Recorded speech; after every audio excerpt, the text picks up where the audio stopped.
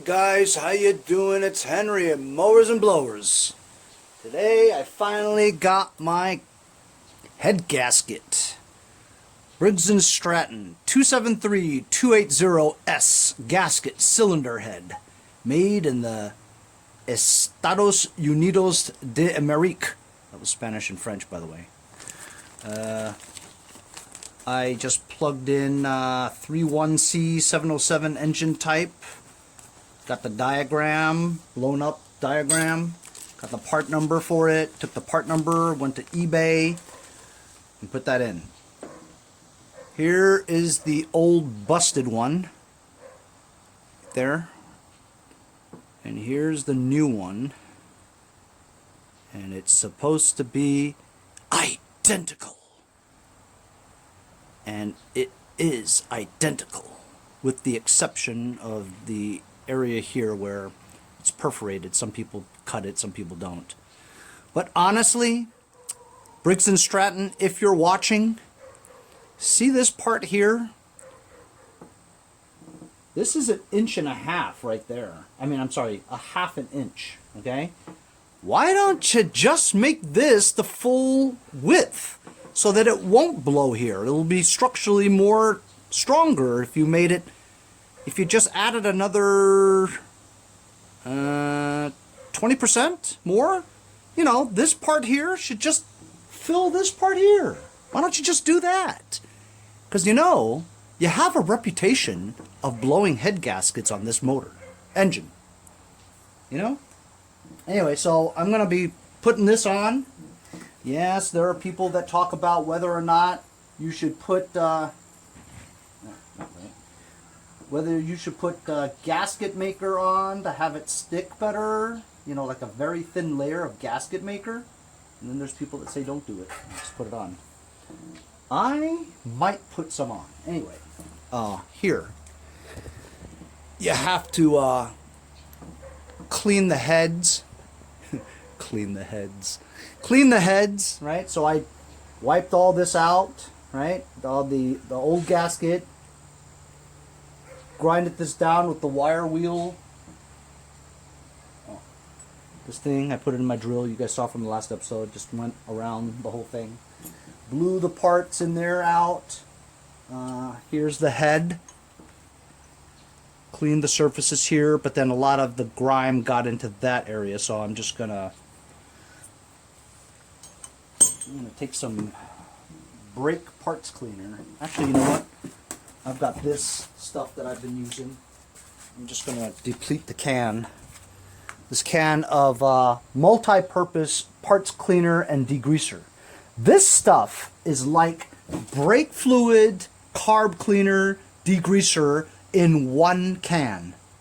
Instead of buying carb cleaner, brake cleaner, and degreaser, just get that from my friends over at Lucas Oil Products. Because this stuff works 3 ways. Know what I mean?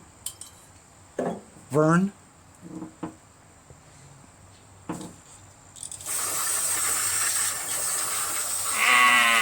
Bath. It's not Earl, it's Bath.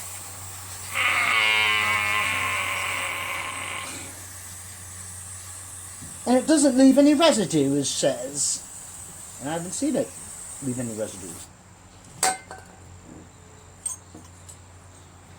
And here's the other side of the head.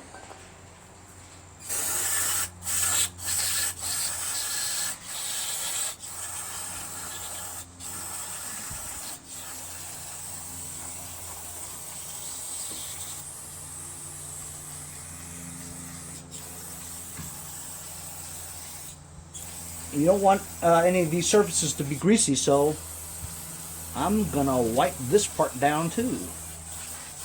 Yeah!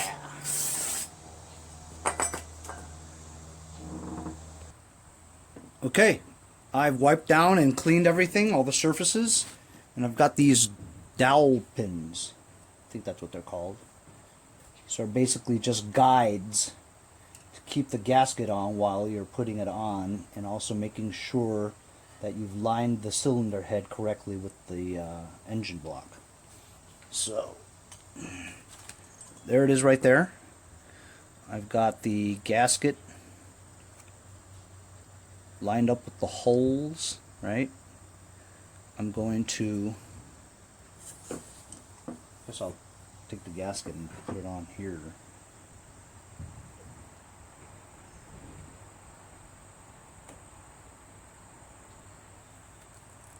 It has these two holes for the dowel pins so that it's held on correctly. Now I'm going to take the cylinder head and put one bolt, just rest it there on each corner. These are all the same length. I made sure as I was taking them off. Some in other models they may be a little bit longer in certain areas because of strength. I'm lining up the dowel pins with the holes on the cylinder head, and the two corner ones I'm slowly just turning in. If you feel resistance, lift up on a little bit so that it's easier to turn. I'm not going to turn it in all the way because it will take forever. I'm going to use my impact to get it in but not torque it down.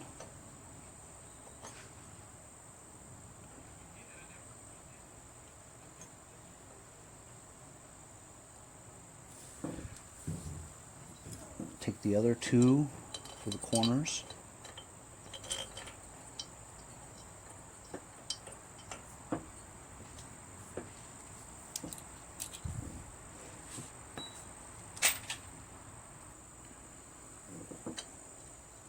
Remember, I'm not torquing this down, just tightening them.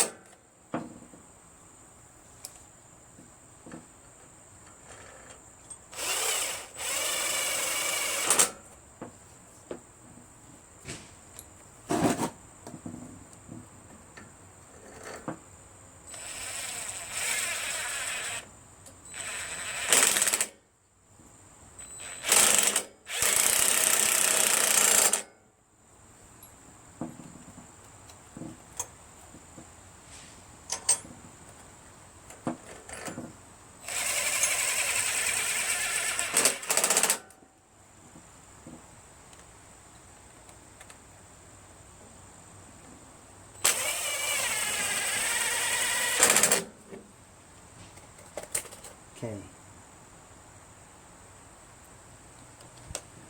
This is my push rod for the intake. I know it's for the intake because it's aluminum.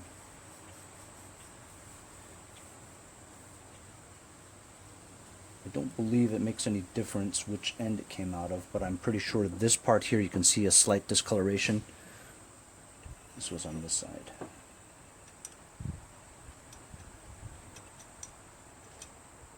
Yes, I'm just feeling for the hole. It's probably not the right way to do it. I probably should have had it already stuck in there before I put the head on. I didn't torque them down. I can take them off again. It's not a big deal.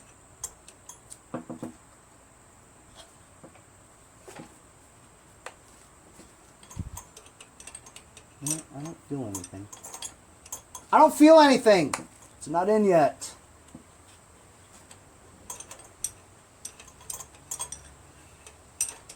I'm going to have to figure it out. You can actually take a flashlight and you could see the hole. So if you stick it in here, you can see the hole in the back.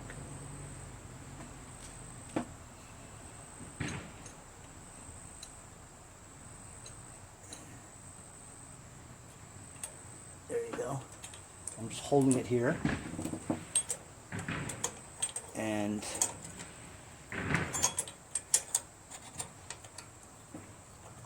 crap. I already put this one on. Now it's stuck in between. Hey! Oh, okay, that's good.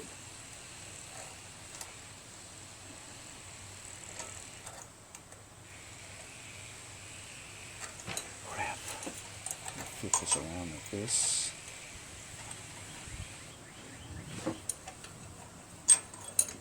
Find it again.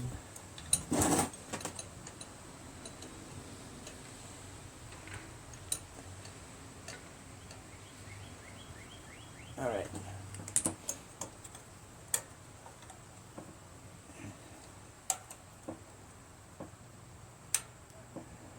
Now I have to rotate the flywheel so that it goes in. There we go. Went down. Literally.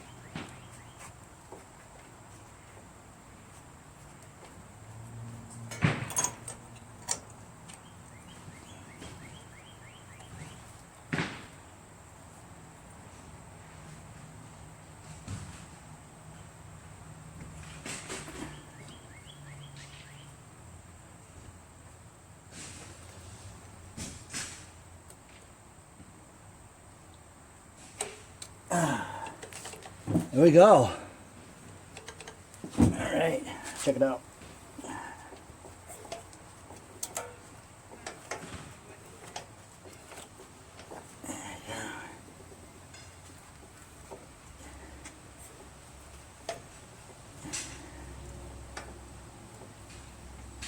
So actually you can, since that one's wide open, since this one's wide open, right? You can check the valve lash again. The exhaust one is 5 to 7 10,000ths, so I'm using 6. It's in between. Actually, this could be a little bit tighter.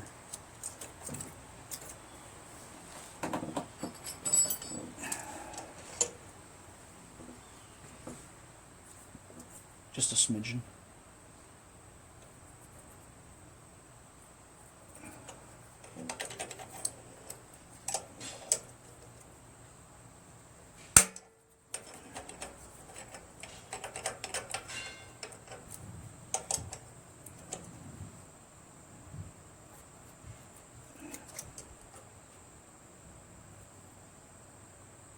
That moved quite a bit, actually.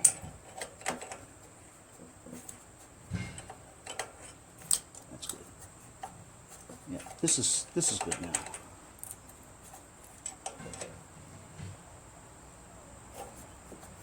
You're supposed to take a torque driver and go in here and tighten it, but this is really tight, so basically I'm just moving it like very little at a time. You know what I'm saying? It's not going to back off. See?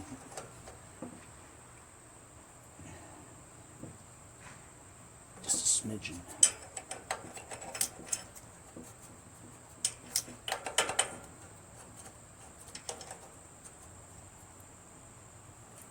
There we go. That's the exhaust.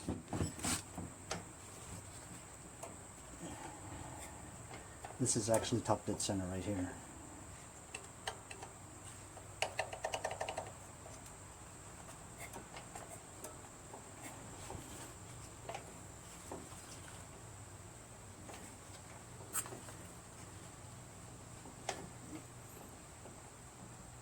Now that's closed. This is wide open. And the Briggs manual says 3 to 5 10,000ths for the intake. So I'm using 4. That's really loose now.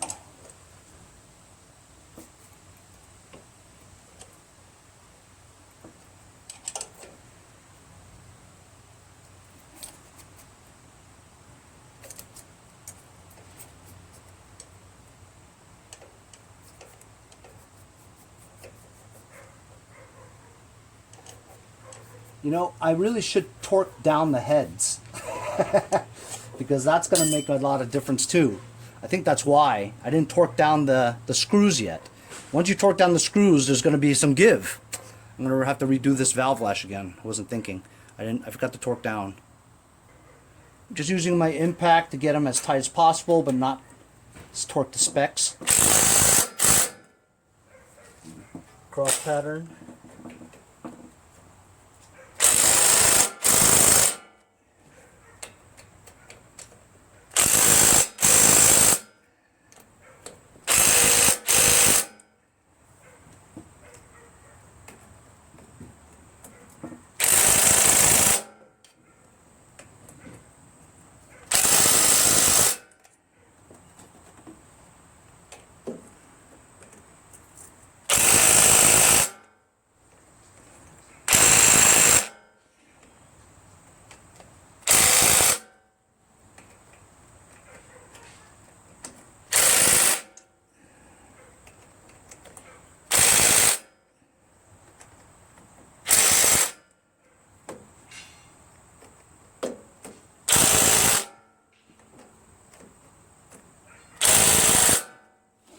Now I betcha it'll be tighter than hell.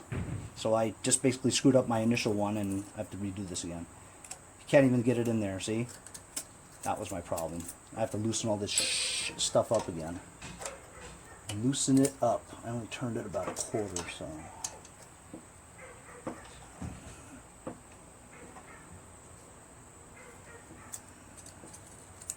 That's still really tight. Oh, that's because it's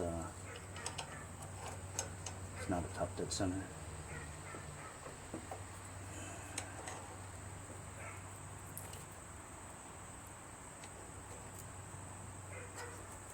All right, well, let me torque this down.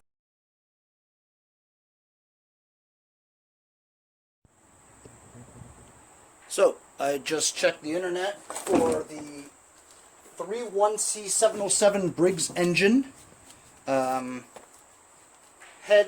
Cylinder head, bolt, torque specs. And it's 220 inch-pounds. I get to use my new Pittsburgh Pro quick click type torque wrench, half-inch drive. So it's a half-inch drive. Got to go find a half-inch socket that's 3/8, and then find out how to set this to 220 inch-pounds. What if this is only foot-pounds? How do I adjust? I guess divide it by 12, right? Just open the package. This thing was only, well, it's listed for $19.99, but if you have a coupon, which they always have, it's only $9.99. $10 for this. That's like free. So it's got kilograms, and on the other side it's torque foot-pounds. So I'm just gonna convert my 220 inch-pounds to foot-pounds. So I'm gonna divide 220 by 12. And then, I don't understand what these numbers over here mean. Am I supposed to line this up with something? I don't get it. I might have to read the instructions.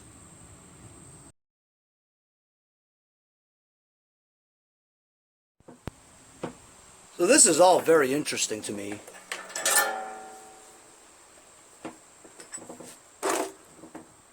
.220 inch-pounds is converted to 18.3 foot-pounds.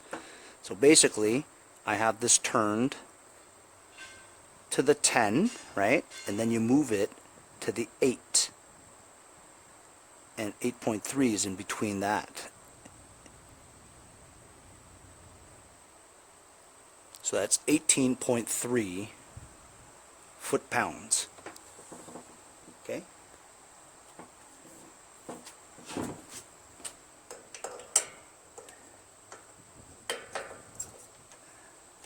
Gotta remove that spark plug. When you hear the click, that's 18. You know, it doesn't seem very tight.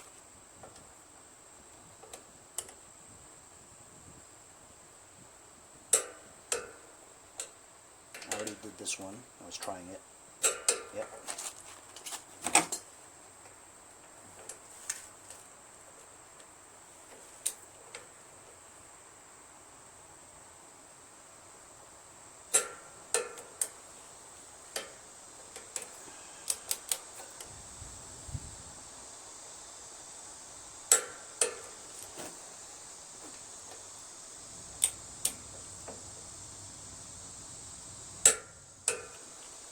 I don't know, man. I don't really feel like it's very tight.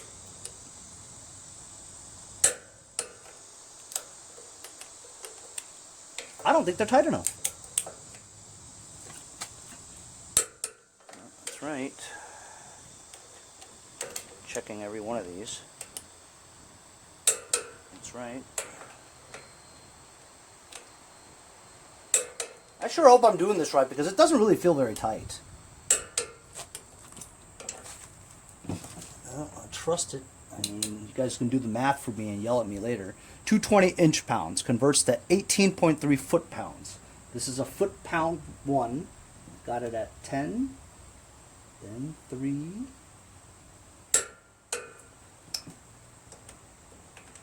I'm sorry, 10, then 8. The line is just short of the 20. This doesn't seem that tight. Alright, well, I guess I'm gonna trust it, you know?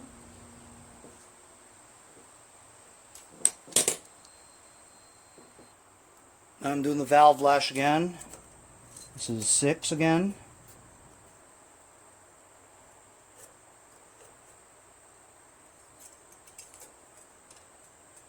And this is where you tighten the middle. Hold this.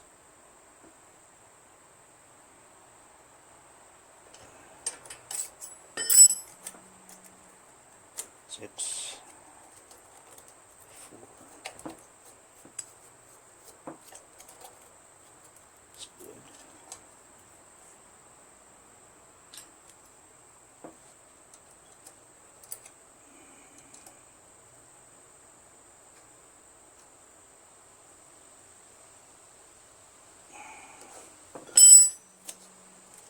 4, 6, good.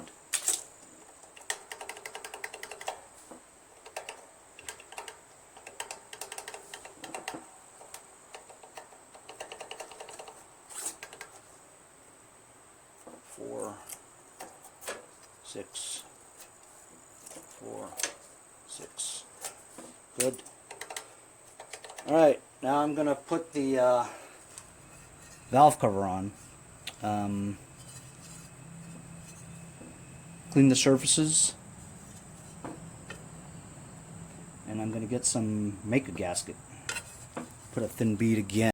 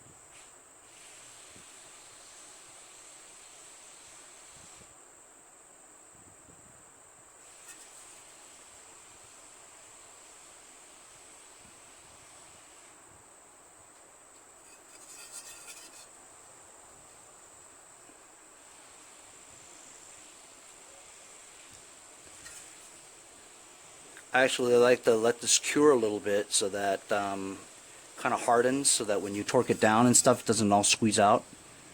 Just cure it a little bit so it actually hardens to a thickness that would normally be a stock gasket. And then since it's still somewhat soft, the torquing of it down will let it seal any imperfections. That's good.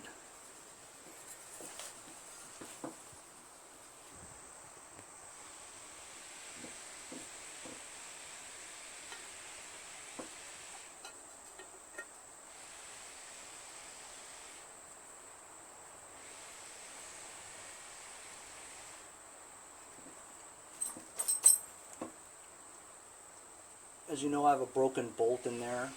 I figured I'd drill it out. Stick some other kind of screw in there just to at least tighten that side.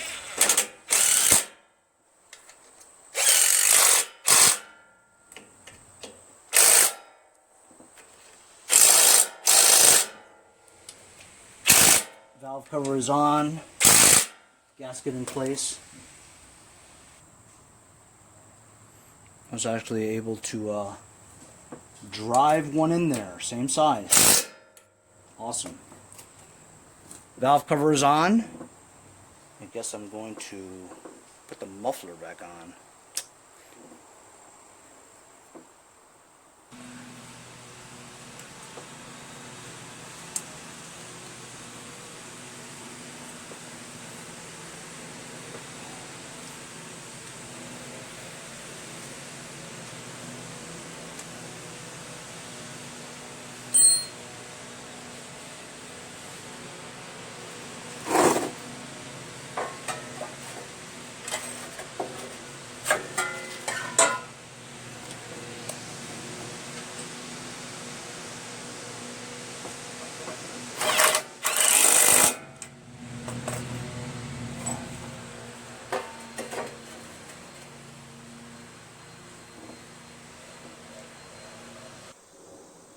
Muffler guard installed. Now I'm going to reattach the carburetor intake manifold.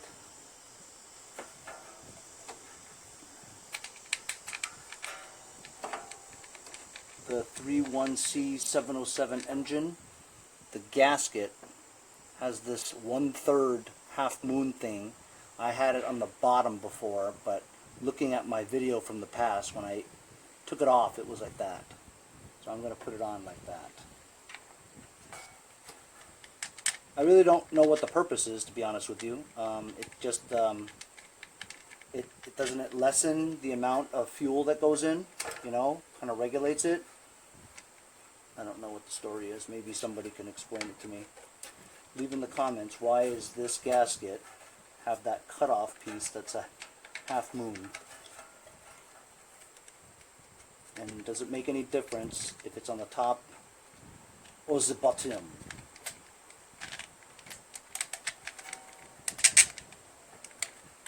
So, you guys think this engine will run good now? I'm skeptical. I think I'm just cursed. It may run better.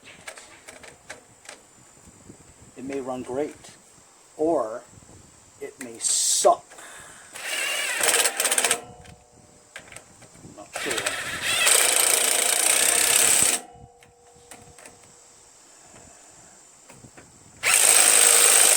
We're going to find out real soon.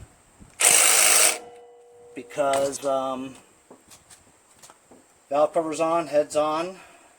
Valves have been lashed.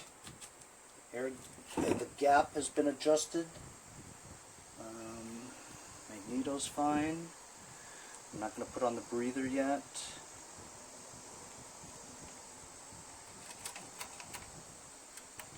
Governor feels good. Choke works. Methinks we're ready to start this and check it out. There's only one thing left to do, just try it. I'm very nervous. Here we go.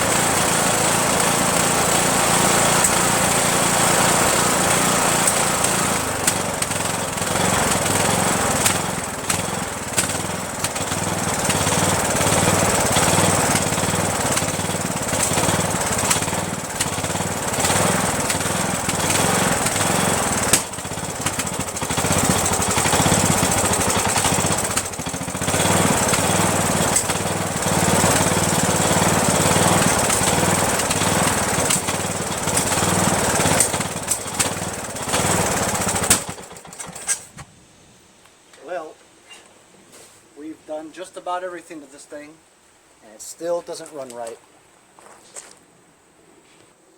I don't want to run it anymore without that cover on, but I think I might have to put the cover on if I want to try to keep running this and messing with the carburetor. As you heard, it still backfires, right? It still surges. This is the second new carburetor, right? Fuel is not restricted. Straight fuel, straight from the tank to a fuel shutoff, but it's on. Fuel is flowing straight in there. The only thing I can kind of think of is that this throttle linkage rod here, I'm not 100% sure this is original, because, and also this intake manifold, I'm not sure if this is the original. This is the original intake manifold, actually, but I'm not sure if this is the right rod. The rod, it could be, this rod seems to be longer than it should be. That could be a factor. So I don't think the rod is original. Other than that, I'm kind of stumped, you know. When I mess with the air-fuel mixture screw, there's no difference whatsoever at all.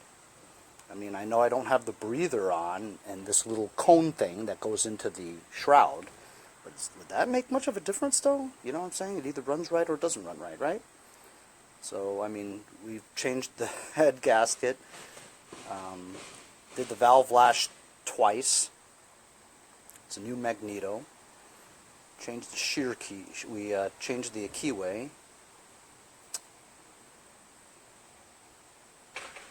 I don't know. I don't know what it could be.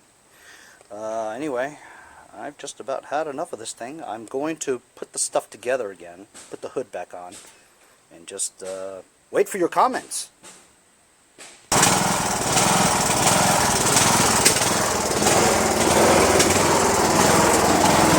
Right anyway. Damn it.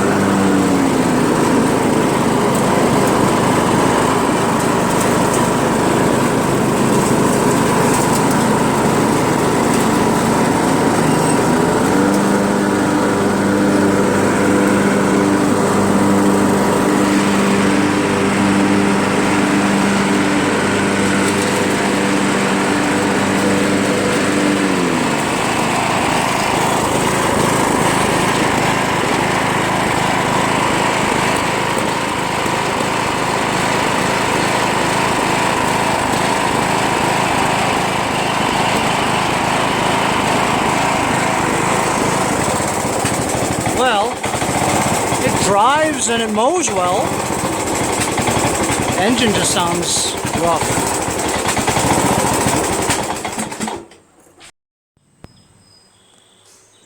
So, I am selling the John Deere finally. Some guy made me an offer of $700 delivered. I don't mind delivering it because it's only the next town over, 5-10 minutes away. So I just washed it down for him. I hope he's not going to be a pain in the butt. Anyway, my van is back from the shop. It had a brake line leak. We replaced the brake line and got my van back. $300 less in my pocket, but you know what? Gotta fix the van, right? And I'm not about to crawl under there and bleed brakes and stuff. I got that ground blower a while back from Frank, the UPS guy. It's been sitting in my van this whole time. Let me get it out so I can load the John Deere. John Deere.